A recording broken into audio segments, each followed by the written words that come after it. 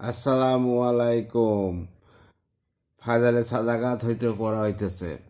পৃথিবীতে বা বিশেষভাবে তোমাদের জানের ওপর যে কোনো মুসিবত আসে, উহা সবই সমস্ত জান সৃষ্টি হওয়ার পূর্বে কিতাবে অর্থাৎ লৌহ মাহফুজে লিপিবদ্ধ রহিয়াছে। আর উহা অর্থাৎ ঘড়িবারে এত পূর্বে লিপিবদ্ধ করিয়া রাখা আল্লাহ তাআলার পক্ষে সহজ কাজ। ইহা এই জন্য বলিয়া দেওয়া হইয়াছে যেন তোমরা সুখ স্বাচ্ছন্দ্য সম্পদ অথবা সন্তান সম্পত্তি যা কিছু তোমাদের হাতছাড়া হইয়া যায় উহার ওপর বেশি দুঃখ না করো, আর যা তোমরা পাও উহার ওপর অহংকার না করো, কেননা অহংকার তো সে করতে পারে যে নিজের যোগ্যতায় পাইয়াছে। যদি অন্য কারো হুকুমে কোনো জিনিস পায় তবে কি কারণে অহংকার করবে? আল্লাহ তাআলা অহংকারী উদ্ধৃত লোকদেরকে পছন্দ করে না, বিশেষত যারা এইরূপ যে নিজেও কৃপণতা করে এবং অন্যদেরকে কৃপণতা শিক্ষা দেয়। আর যারা আল্লাহর রাস্তায় খরচ করা হইতে অথবা দিনী কাজ হইতে বিমুখ হইবে তারা আল্লাহ তাআলার কি ক্ষতি করবে? আল্লাহ তো অভাবমুক্ত প্রশংসনীয়। ফায়দা: বিপদে বিপদে আপদে দুঃখ হওয়া তো স্বাভাবিক ব্যাপার।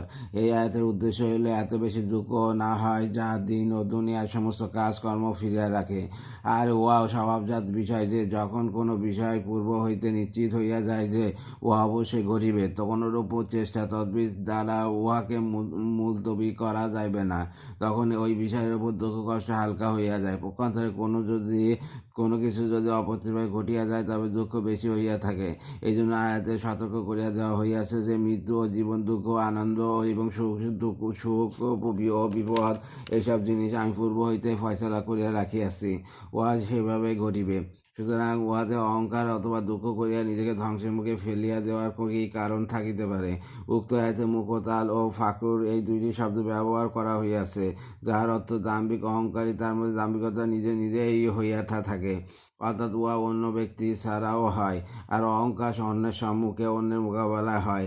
কোনো আলেম লিখিয়াছেন, দাম্ভিকতা মানুষের ভিতরগত গুণাবলীর সাথে সম্পর্কিত, আর অহংকার হইল বাইরের জিনিসের সাথে সম্পর্কিত, যেমন সম্পদ, যশ, খ্যাতি ইত্যাদি। বৈনুল কুরআন। হযরত কাজা রহমতুল্লাহ বলেন, আমি হযরত আব্দুল্লাহ ইবনে উমর রাদিয়াল্লাহু কে মোটা কাপড় পরিহিত অবস্থায় দেখে আরজ করিলাম, আমি খোরাসানের তৈরি নরম কাপড় আনিয়াছি। আপনি যদি উহা পরিধান করেন তবে আপনার শরীরে এই পোশাক দেখিয়া আমার চক্ষু শীতল হইবে। তিনি বলিলেন, আমার ভয় হয় যে এই কাপড় পরিধান করিয়া আমি দাম্ভিক অহংকারী না হইয়া যাই। দুরে মানসুর, অর্থাৎ উহা পরিধান করার কারণে না জানি আমার মধ্যে দম্ভ অহংকার পয়দা হইয়া যায়। আল্লাহ হাফেজ।